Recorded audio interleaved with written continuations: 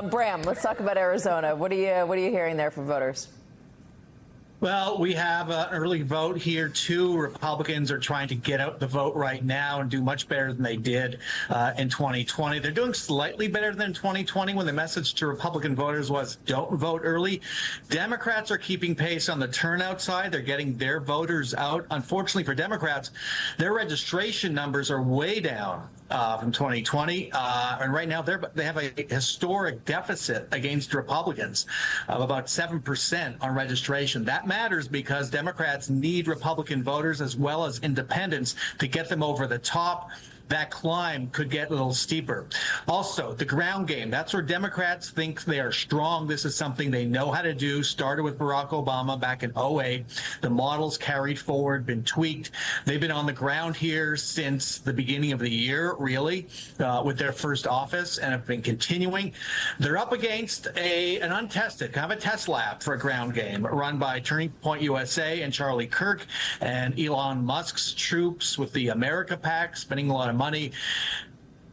Performatively, we can see that Turning Point is active. We just don't know if they can keep up with the Democrats' ground game. It's a pretty sophisticated task, going to door and doing it effectively. Democrats have mastered that. They didn't have to do much of it, couldn't do much of it in 2020. It's yet to be seen whether Turning Point USA can match them. I'll add one more thing.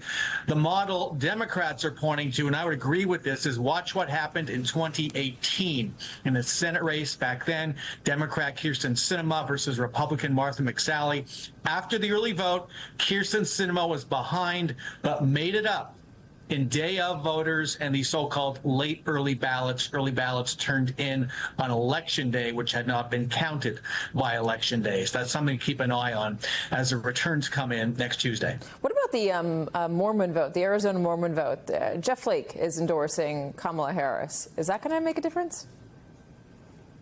I think it will.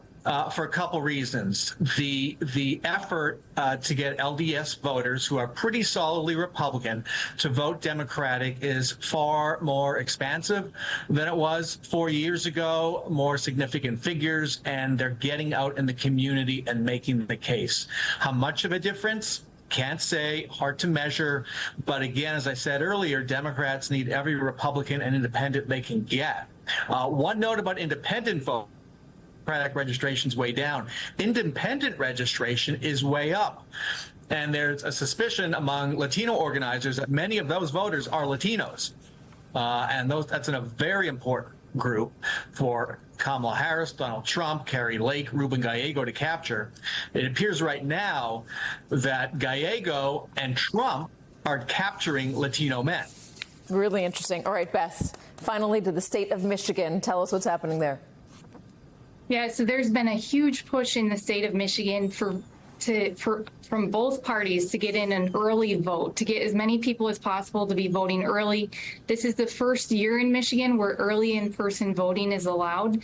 And so far, as of today, about 2.4 million people have gotten in early ballots.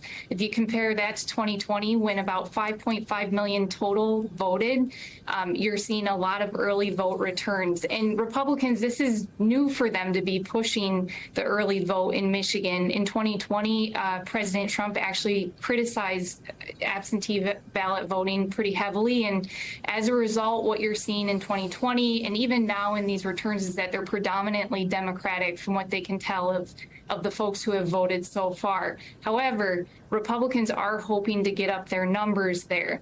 And I think the hope with both campaigns is that they can get those votes in early and then turn to those low propensity or kind of disillusioned voters who are less likely to come out to the polls. Republicans in particular this year in Michigan have made a case for getting to those low propensity voters, which they believe there are about 200,000 to 500,000 Republican leaning low propensity voters in Michigan that they can target to try to get them out to the polls. And in Michigan, those kind of margins matter. I mean, Biden won the 2020 race by 154,000 votes in Michigan, and Trump won in 2016 by nearly 11,000. So it's really small margins here in Michigan, and any kind of vote they can get they're going to go after. Yeah, they want every single one of them. Beth, Shaq, and Bram, everyone, thank you very much. Coming up next.